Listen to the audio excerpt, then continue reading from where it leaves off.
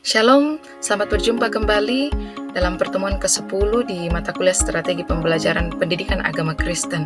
Ya, jadi kita sudah mempelajari banyak model-model pembelajaran dan secara khusus dalam acuan kurikulum merdeka.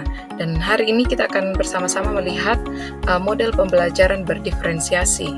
Ya, namun sebelumnya sebagai calon-calon tenaga pendidik, mari kita sejenak melakukan refleksi.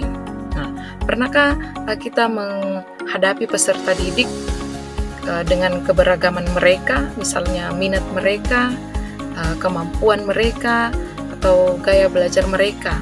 Dan apakah pernah kita memikirkan apakah materi yang sudah kita siapkan secara khusus konten atau isinya sudah dengan sangat baik kita persiapkan, tetapi ternyata beberapa peserta didik tidak mampu menyerap atau menangkap materi yang sudah kita persiapkan dengan sangat matang. Harus lantas bagaimana? Ya, jadi dalam pembelajaran hari ini kita akan bersama-sama melihat pengertian model pembelajaran berdiferensiasi dan yang kedua keragaman peserta didik.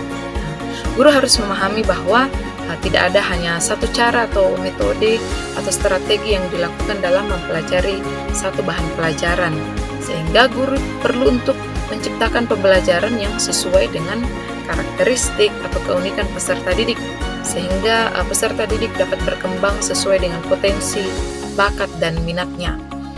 Dan kemudian perlu juga memikirkan sebuah sistem atau cara yang dapat mengakomodir atau mengcover semua keunikan dan kebutuhan peserta didik.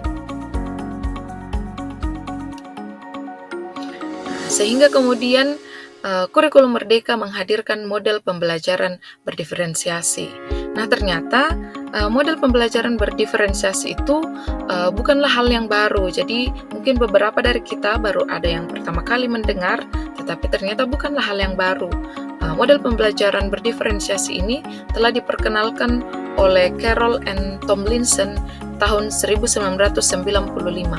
Beliau adalah seorang pendidik yang idenya dikenal dengan nama differentiated instruction atau pembelajaran berdiferensiasi.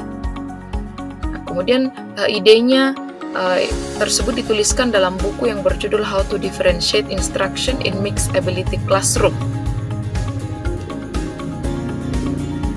Model pembelajaran berdiferensiasi kemudian merupakan proses belajar mengajar di mana peserta didik dapat mempelajari materi pelajaran sesuai dengan kemampuan mereka, apa yang mereka sukai, dan kebutuhannya masing-masing, sehingga peserta didik tidak frustasi dan merasa gagal dalam pengalaman belajarnya.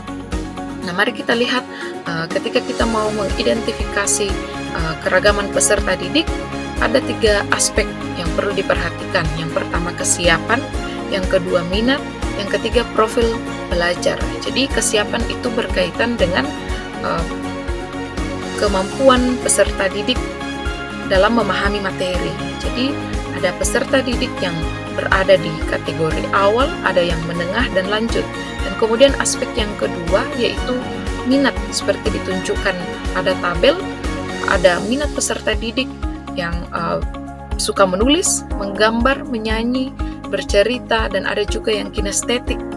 Dan kemudian aspek yang ketiga yaitu profil belajar atau gaya belajar. Jadi guru perlu melakukan identifikasi mengenai gaya belajar peserta didik, audiovisual, audio, ataupun kinestetik.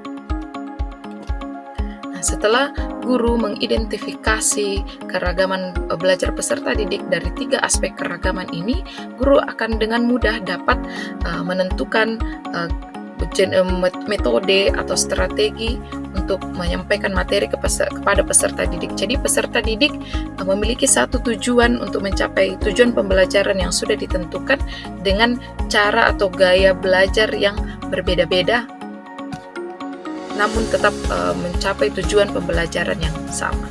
Terima kasih. Shalom, Tuhan memberkati.